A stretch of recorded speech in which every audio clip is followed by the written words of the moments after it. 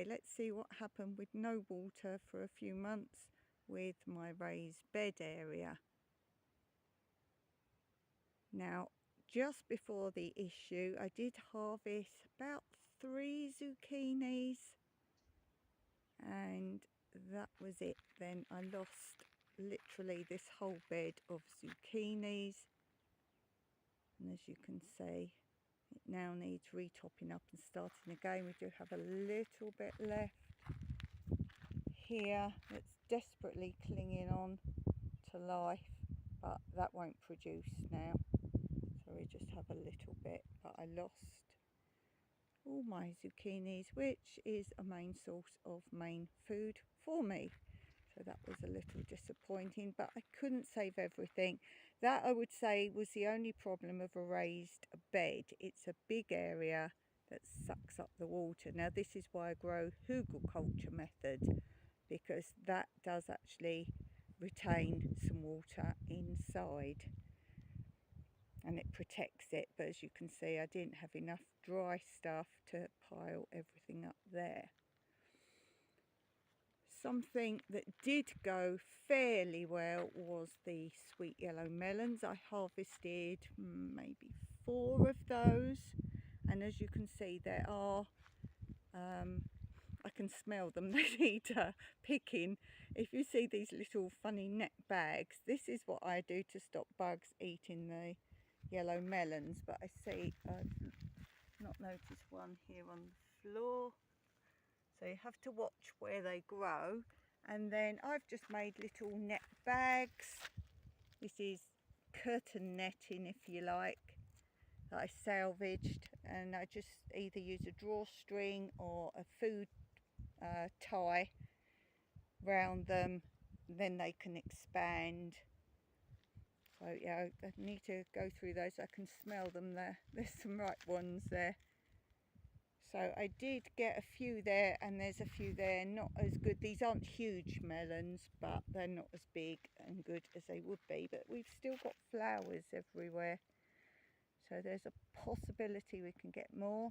Beetroot, this is the last in this bed. I harvested quite a lot of beetroot because they don't need so much water. So we've got a few left in this bed. This bed was onions and radish. The radish did not like not having water, so I lost most of them. They stayed alive, but they went really like fat, but really stringy and woody. So radishes, I had a few just before we lost the water. I harvested what was ready, but that was all I had. There are onions in there. There's a few left here that are hanging on. These ones that are hanging on here, I will just leave in there and they will regrow next year. So this area wasn't very good. If you wonder what these are old sand delivery bags, which are great growing. My tomato bed, we had quite a few tomatoes from there, but obviously as soon as I stopped watering, we lost anything that was left of those. So what I did with the last few, I just made some tomato type cooking sauces out of those just to use them, because they wouldn't survive without water. As I say, it's been a very harsh summer so far anyway. And then here we have peppers. I had quite a few of those, but again, once the water stopped, I basically had one bucket. I was going around doing what I could, and these, much like the olives, are growing, but they're not growing really big or becoming a lot. So this would be an example. Newer ones are coming along, but obviously I haven't had my whole season of those that I would have done, so they just shrivel or didn't grow very big. So I haven't had enough of these to harvest them and put them in my freezer. So really I would say the main thing of this year, though I've had some crops, I haven't been able to store any for next year or for the winter, so that's where it's gone wrong for me, although we have had enough to eat but nothing to store. Leeks, I've harvested tons of those, and now they're looking a little bit sad. I will do the last, there's 4 or 5 there, I will use those up. So there's those. This was more beetroot. As you can see, they're just trying to hang on. They're trying to hang on. And this bed are aubergines or eggplants, and as I've said in videos before, I'm not bothered about these. I water them, but if they don't survive, I don't really want them in this bed anymore. So as you may know, they come back year after year after year. So this plant just keeps coming back, so it will stay there while it does. And then these need so much water. These are big pointy icicle peppers. They're yellow ones, and they just need so much water, these ones. I don't know whether it's because they're tall, but I put a whole bucket of water now on these every morning. By the next day, they, as you can see, they look dead, and I have watered these today. So they're not doing really well. Oh, and there's some basil here. Obviously, you've got water draining from here into the basil, so that's just for going to seed, to recreate seed. I can't remember what I had in here. I had rocket in here. Oh, and a loofah, and the loofah died, and I had 2 or 3 loofahs in my culture bed. They died, and I was so sad because that was all the loofah seeds I had, and the loofah died then. I was really trying to take care of him. But you all know, this tub over here, I've always grown cucumbers in. They love it in this pot. Anywhere else they grow well, but they love here.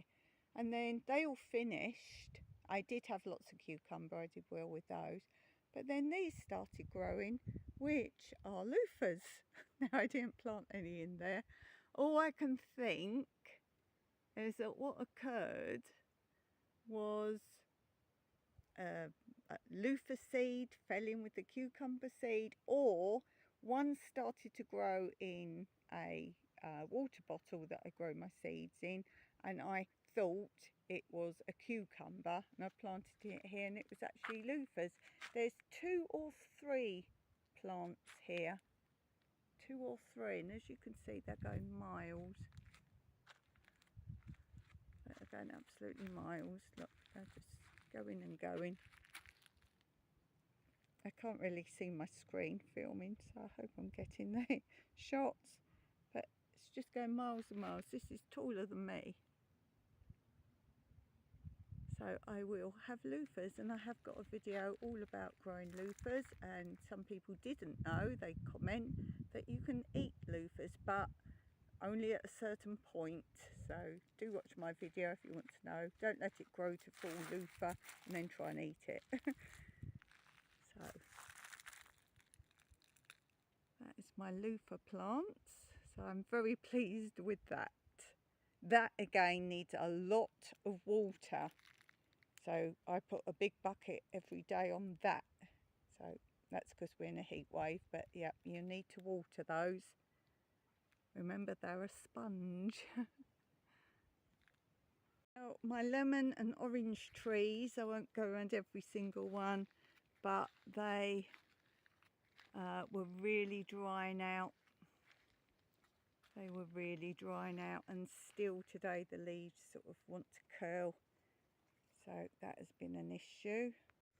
Here we have my cisterns. We have moved things around a little bit, but we have the okra. The okra's doing really well. Again, that was struggling. We've got 2 or 3 of those. That was really struggling to survive, but I've saved that. There's more basil and some more chives. The lavender, this one's looking a little bit weepy, but I said to Mike it's different to the other lavender that you'll see later on. but then it could be because it's in full sun. My rosemary is huge. That likes this cat bag. So definitely try and grow in pet food bags. I think there's something as well about the nutrients that are in the traces of the animal food. So don't use just any old animal food bags. Do read the ingredients first. And then the tyres. The tyres, we have a basil in there and some small chilli plants. This is going to be a herb area, so I have not been too bothered by this. Luckily, a couple of years ago, the bases of all these tyres, I placed old lilos that didn't work anymore, so they're now sealed at the bottom. So I think that really helped with the water shortage, let's call it. And then I've planted ginger in, there's 3 here, I've planted in 2 of them. And of course, I can't remember which 2 I've planted in. I think it's that one and that one. So nothing going in those. These are just some flowers that come up every year, but they shouldn't be in there. And then here we have a pepper plant, and I did my best to save that, and big chilies there, which I wanted to make sure I saved those. And that is Kit.